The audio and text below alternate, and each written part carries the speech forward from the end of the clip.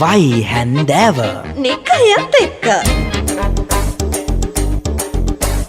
දිල් Sweden වගේ රටවල්වල documents වැඩිය නෑ ඊමේල්ස් ත්‍රූ තමයි හැම දෙයක්ම නෙගෝෂියේට් වෙන්නේ. Oh really? Emails, documents, pass, mooters ගිය කලක්ස්.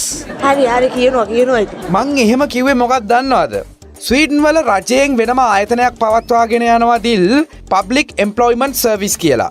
මේකෙන් ඒ රටේ ඉන්න මිනිස්සුන්ට අදාළ සුදුසු රැකියා දෙනවා. රජයෙන් තමයි පාලනය කරන්නේ. උදාහරණයක් හැටියට දැන් ඔයාට රස්සාවක් නැත්නම් ඔයාට පුළුවන් මේ ආයතනයේ රෙජිස්ටර් වෙන්න.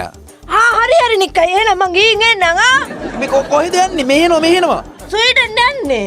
මොකටද? දැන් කිව්වේ යන්න කියලා. මෙන්න මෙහි ඇවිල්ලා අඩි වෙනවා. ඉරිදියාව උන්ගේ තියෙන. අපි ස්වීඩන් ගියාම තමයි. කොහොම හරි ඔයාට රස්සාවක් නැත්තං මේ ආයතනයේ රෙජිස්ටර් වෙන්න පුළුවන්. රෙජිස්ටර් වුණාට පස්සේ ඊට අදාළ සුදුසු රස්සාවක් තියෙනවා නම් මේ ආයතනයෙන් වෙනම ඊමේල් එකක් යවලා කියනවා අන්න අහවල් තැන ජොබ් වේකන්සි එකක් තියෙනවා. කරුණාකරලා එතනට මෙන්න මේ වෙලාවට ඉන්ටර්විව් යන්න කියලා. ඊමේල් ත්‍රූ තමයි මේවා ඔක්කොම කතා බහ වෙන්නේ. ඒ කියන්නේ ඕනම රටක එක්කෙනෙකුට පුළුවන්ද? නෑ ඒ රටේ අයට විතරයි. ඊට පස්සේ ඒ ආයතනයෙන් අදාළ කට්ටියට ඊමේල්ස් යවලා තියෙනවා මෙන්න මේ තැනට ඉන්ටර්විව් යන්න කියලා. ඔයාට කියන්න ඉන්ටර්විව් යන දවසේ උදේ ඉන්ටර්විව් එන්න කියපු තැන සෙනග සෑහෙන්න ගානක් උදේ පිරලා ඉන්නවලු. ගණන් කරලා බලද්දි 61,000ක් විතර ඉන්නවලු ඉන්ටර්විව් ඇවිල්ලා. ඊමේල් යවන්න ඕන වෙලා තියෙන්නේ 1000කට. හැබැයි 61,000ක් විතර ඇවිල්ලා. එහෙනම් මේ අපේ ගම්වල අය එයාපෝට් යනවා වගේ සීන් එකක්ද දන්නේ නැහැ වෙලා තියෙන්නේ. ඒ මොකද?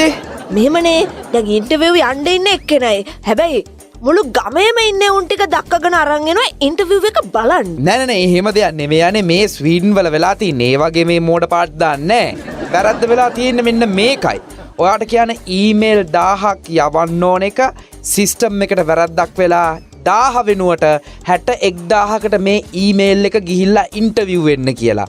ඒ සෙට් එක තමයි අතන පිරීලා ඉන්නේ. නෑ really? නිකය දන්නවද මමත් ඔයගේ ජොබ් බෑන්ක් එකක් පටන් ගත්තනේ. ඉතින් මොකද උනේ? මගේ ජොබ් බෑන්ක් එකේ නිකය රෙජිස්ට්‍රේෂන් වලට රුපියල් 100ක් අය කරනවා. මොකක්ද රෙජිස්ට්‍රේෂන්? රෙජිස්ට්‍රේෂන් එක අර ලියාපදිංචිය. අනේ ලියාපදිංචියකට කියන්නේ රෙජිස්ට්‍රේෂන් කියලා. අන්න ඒව එකට රුපියල් 100ක් ගන්නවා. ඉතින් දැන් ජොබ් ඉන්ටර්විව් කෝල් කරලා ඊමේල් සෙව්වද ඔයත්? ඉන්ටර්විව් කෝල් කරන්නේ කාටද? අවුරුදු 3ක් මම සාර්ථකව කම්පැනි එක අරන් ගියා. 100 එකතු කළා? ඔව් හොඳ ආදායමක් ලැබුණා. පස්සේ කට්ටියට තද වෙලා අවුරුදු 3කට පස්සේ මගේ කාර්යාලය වට කරලා මාව ප්‍රාඩ ඇපේට තියාගෙන මගෙන් ප්‍රශ්න කරා. "කෝ අපිට ජොබ්ස් මේ කම්පැනි එකේ රස්සාව දුන්න එක්කෙනෙක් පෙන්නන්න" කියලා. කවුරු පෙන්නන්නද? මම මාව පෙන්නගත්තා. මේ බලන්නකො මම මේ සාර්ථකව ජොබ් එකක් කරගෙන ඉන්නේ පේන්නේ නැද්ද? මම වගේ මොලේ කල්පනා කරලා ක්‍රියේටිව් විදිහට හිතලා මේ වගේ ස්වයං රැකියාව පටන් ගන්න කියලා. අඩුම ගානේ අනුන්ගෙන් ගාණක් කඩලා හරි ජීවත් වෙන්න මිනිස්සු දැනගන්න ඕනේ. වැරදි ආදර්ශ සමාජයට දෙන්න එපා හලෝ. නවත්ත ගන්න මෝඩ වැඩ. මේ නිකයි මේ ජොබ් බෑන්ක් එකේ ලෝන් එකක් ගන්න පොලිය කීයද?